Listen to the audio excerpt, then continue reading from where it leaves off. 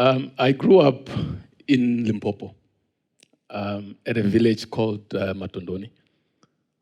When growing up, I used to fetch water in the nearby spring with peers in the afternoons after school. The spring provided water for the entire village.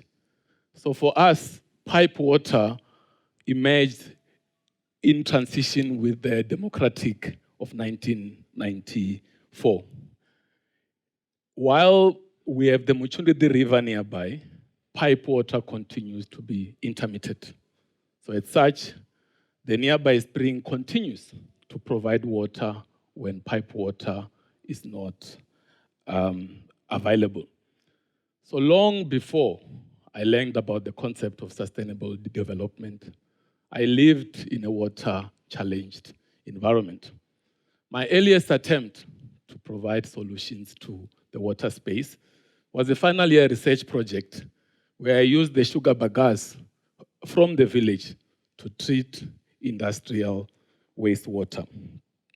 South Africa is a water-stressed country and will soon, by some estimates, be water scarce. More than half of South Africans don't have access to piping water. And the current estimate is that by 2030, about the demand is going to outstrip supply by approximately 17%, implying that 2 out of 10 South Africans will not have access to water. Part of our research in where I'm leading a team to provide solutions for water, part of the finding is that part of the countries are experiencing water shortages. Nelson Mandela Bay is one of them, city of Tshwane as well. And what we find is that the infrastructure projects, in attempt to reduce the impact of the dilapidated infrastructures, are actually lagging behind. And we understand that providing quality water is going to continue being a challenge. According to the 2022 Green Drop report, only 23 out of 850 wastewater treatment works passed the minimum score. The implication of this is that downstream systems that have to provide water and treat it for various uses are currently overburdened. They are expected to operate beyond their actual design, right? And then part of that, so a lot of the reasons are cited for why we've got the current water challenge. The dilapidated municipal infrastructure loses about 35% of water. So this is the water that we've treated and have paid for it to be treated, but then it disappears through the entire system. Further to that, we know that climate change contributes to declining water sources and also changes in rainfall patterns. And the changes in rainfall patterns comes with extreme weather events, which have a negative impact on farming and overall livelihoods. In terms of climate change, the estimate is that the Western Cape is going to lose about 30% of its current rainfall by the year 2050. As it stands, South Africa only receives about half of the global average rainfall. And so the overall urbanization, population growth, and economic development demands more water, and hence part of the 17% deficit that we are expecting to experience in 2030 unless changes are done.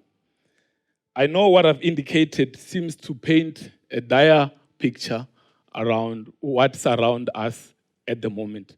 Sectors such as mining that contribute well in terms of economic growth and also job creation further impact our water sources quite negatively.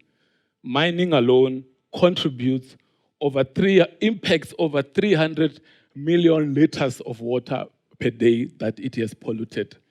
If we treat all of that water, of which currently we are not, we are able to provide for over 1 million households, assuming that each of the households takes about 250 liters per day. As I've indicated, the situation I've presented seems to indicate that we are in a lot of trouble, but there is hope. There is an opportunity for us to make some contribution in making some of the reversals, right? So to share some light on this, and particularly around mine-impacted water, I categorize or conceptualize treatment of polluted bodies into 3 paradigms. The first paradigm, as we know it, which actually emerged while I was still in high school in the 2000s, just targets producing as much water as possible that meets the discharge standard as set out by the regulation, and then trying to reduce the brine stream to as low as possible. A brine stream is the reject stream, a high concentration solution of salt in the water. So the game in this instance was just let's treat the water so that it can get back into the environment. The second paradigm looks at the concept of zero liquid discharge, of which we attempt to eliminate the brine stream because it's got toxic elements, and it also has got an impact overall in the environment.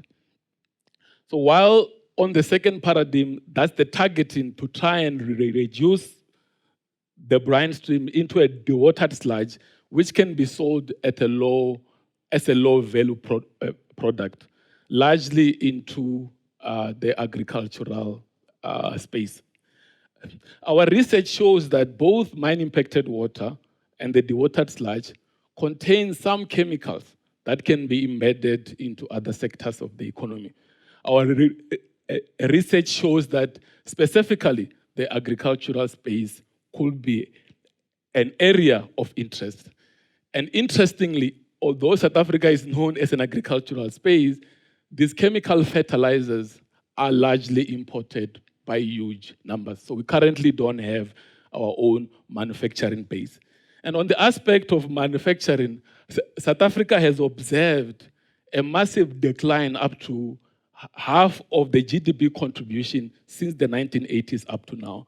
So our manufacturing base has moved actually into East Asia over the last 30 years or so.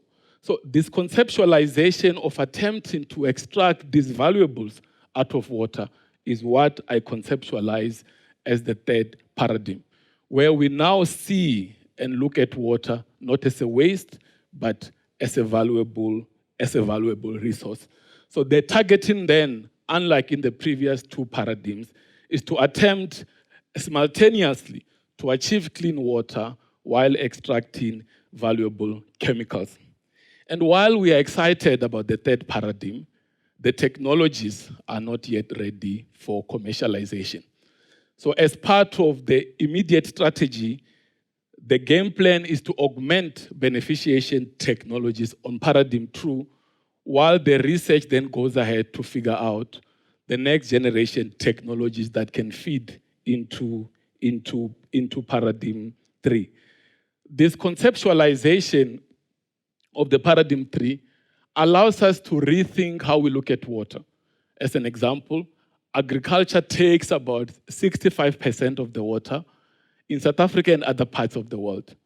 Most of the irrigation sources is river and springs, which is actually of good quality. So by thinking about wastewater as a sustainable resource, why not direct this water into more potable use and find alternative sources through wastewater and partially treat them into the agricultural space, which might be a lot more cost competitive. However, what we find is that R&D investment into water R&D contributes about less than 5% of the overall business sector R&D, compared to manufacturing, which currently sits at 32%.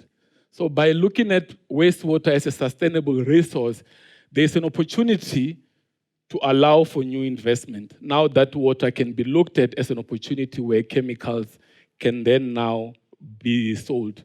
So we anticipate that there could be a growth around the R&D investment on water, which could allow us to solve some of the problems that we are facing. Sustainable development affects all of us, including the water sector.